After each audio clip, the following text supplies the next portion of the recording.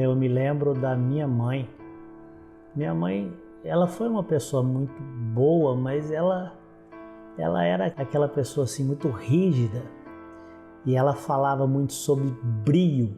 Eu não sei se você conhece isso, mas o que significa brio? Brio chama-se vergonha na cara. Eu tinha vergonha do que eu estava fazendo. Tinha muita vergonha.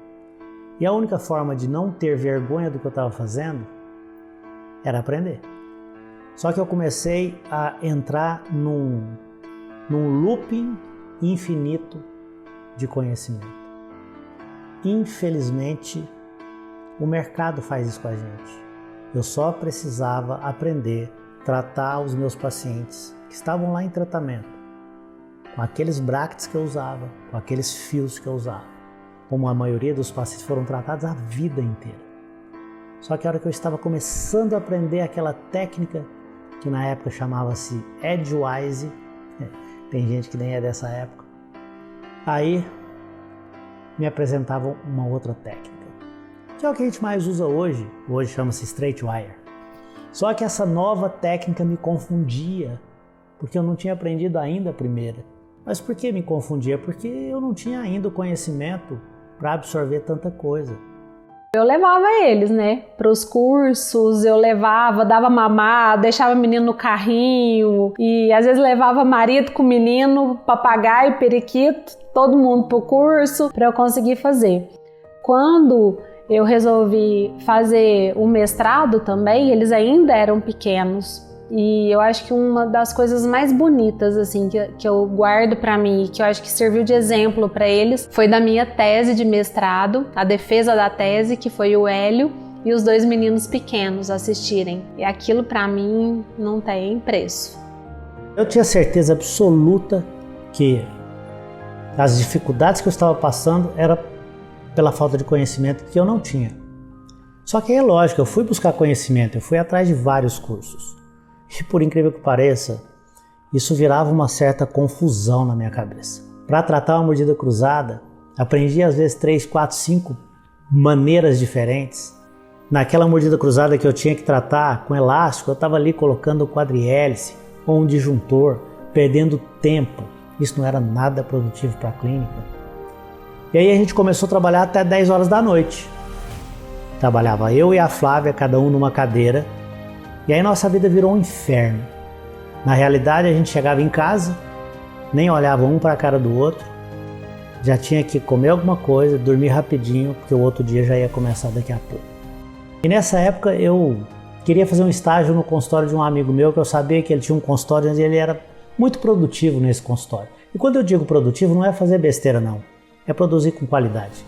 E ele era um cara muito bom, muito metódico e ele produzia muito mais do que eu. Só que todo mundo nessa época escondia um pouco, sabe, uma reserva de mercado.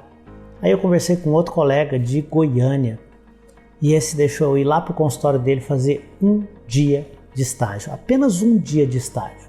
E nesse dia eu descobri um outro mundo, minha cabeça abriu, porque eu cheguei no consultório desse cara, eu tenho que honrar o nome dele, ele chama Dr. Juscelino, eu cheguei no consultório desse cara, e eu vi 4, 5 cadeiras rodando e ele caminhando com tranquilidade, atendendo, conversando com as pessoas, todo mundo feliz enquanto eu corria feito um louco no meu consultório.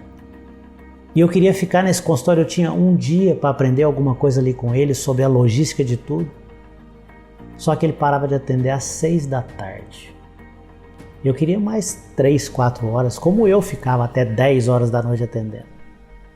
Mas 6 da tarde ele já ficava tranquilo, parava o atendimento, ia para casa sossegado. É lógico que eu voltei para Uberaba, voltei aqui para o meu consultório, eu falei para a Flávia, falei assim, nós vamos implementar uma metodologia de atendimento diferente. E começaram a vir muitos pacientes, o consultório começou a lotar e aí já estávamos nós dois na orto, sem fazer clínica geral, já não fazíamos mais. Então nós chegamos assim num ponto que já não tinha horário na agenda, só que é essa hora que as coisas começam a complicar. Por quê? Só 2 cadeiras, eu atendendo em uma, ele em outra. Você não tem uma equipe treinada para te ajudar. Eu nem sabia que eu precisava. Eu não sabia que eu precisava de mais cadeiras. a gente só começou a ver as coisas complicando. O paciente reclamando demais de esperar. Às vezes soltava uma pecinha, um braço, não dava tempo de recolar porque tinha um monte de gente na recepção. Então começaram a vir problemas. E quando os pacientes reclamavam de ficar horas lá fora esperando, ou que o tratamento talvez não fosse tão rápido porque a gente às vezes não tinha tempo de fazer as coisas, aquilo me fazia muito mal. Muito mal. Eu não acho isso correto com o outro, com o ser humano que está ali colocando a saúde dele, porque a gente trabalha com saúde, a gente trabalha com vida, né, com pessoas, a gente não trabalha com dente, né? E aquilo me fazia muito mal, eu ficava muito mal. E aí foi a hora que ele teve a grande ideia de colocarmos mais 1, 2 cadeiras. E aí nós começamos, de 2 cadeiras passamos para 4 cadeiras. Comecei a treinar as funcionárias. E é lógico, para que você possa treinar a funcionária, você precisa saber.